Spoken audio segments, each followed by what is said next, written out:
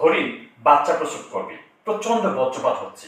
একদিকে বহমান নদী, অন্যদিকে শিকারী ধেয়ে আছে তীর ধনুক নিয়ে। অপরদিকে সিংহ হরিণকে শিকার করার জন্য আসছে। কি একটা বিপদ বলে! কি করবে হরিণ? একদিকে বহমান নদীতে ডুবে মরবে, আগুনে পড়ে মরবে, অন্যদিকে শিকারীর হাতে ধরা পড়বে, নাকি সিংহের পেটে যাবে? হরিণ বাচ্চা প্রসবের সময় শুধুমাত্র বাচ্চা প্রসবের দিকে মনোনিবেশ দিলেন। মিরাক্কল ঘটনা কি জানেন? হঠাৎ বজ্রপাত শুরু হলো। বজ্রপাতে শিকারীর লক্ষ্যস্থ হয়ে হরিণের গায়ে না, সিংহের গায়ে লাগলো। অন্যদিকে বৃষ্টিতে আগুন নেমে গেল। হরিণ খুব ভালোভাবে বাচ্চা প্রসব করলো। এই পুরো ঘটনাটা একটা সৃষ্টিকর্তার মিরাক্কল।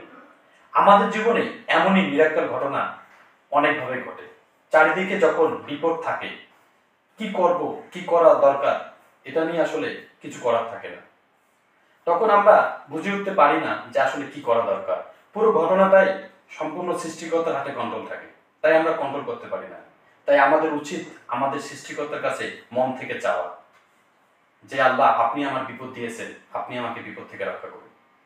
দেখবেন ইনশাআল্লাহ আপনার বিপদ থেকে মহান আল্লাহ তাআলা